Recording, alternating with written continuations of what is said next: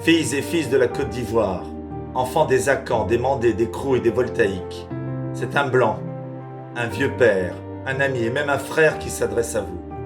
L'année passée, à partager votre quotidien, m'a appris ce que je ne savais pas de vous, la force de votre caractère, la vitalité de votre langage, dont le Nushi en est un hommage vibrant, vivant, l'insolence de votre humour qui claque, cogne et caresse à la fois.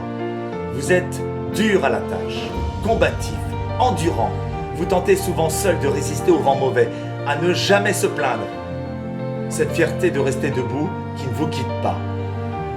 J'ai vu la solitude, j'ai vu la sueur, j'ai vu l'absence cruelle d'argent, le doute, le désespoir d'un avenir contrarié, pas d'horizon.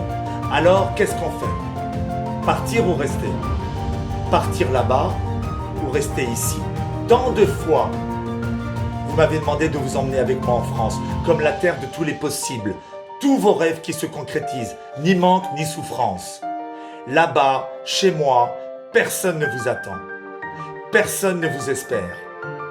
Ne croyez en rien de vos frères qui vous éblouissent de leur prétendue réussite à grands coups de selfies triomphants et d'argent étalé. Ce sont pour la majorité d'entre eux des menteurs qui souffrent en secret de n'avoir pas pu être à la hauteur de leurs rêves. Ils sont piégés, ils sont esseulés.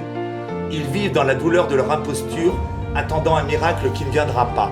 Je vous entends, je vous comprends. Mais aussi, je ne peux pas vous y encourager ou même me taire, bien au contraire, je suis celui qui vous invite à rester.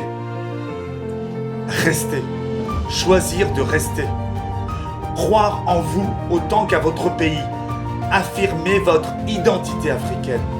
Revendiquer les valeurs ancestrales de l'africanité. Retrouver le chemin de la fierté de votre négritude. Je vous parle d'un projet de vie où vous ne courez après personne.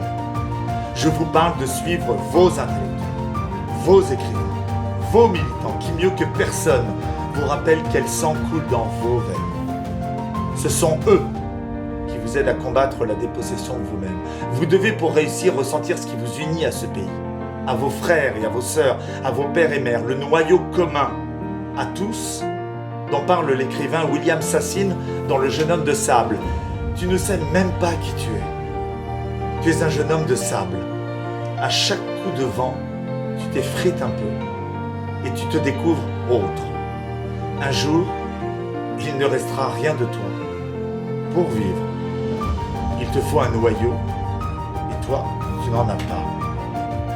Jeunesse de la Côte d'Ivoire, filles et fils de la Côte d'Ivoire, avec ce noyau commun à tous, un destin national, un peuple uni et victorieux. Restez sourds aux sirènes du meilleur de l'ailleurs, du meilleur de l'ailleurs. Ce ne sont que mensonges et rêveries. Restez, résistez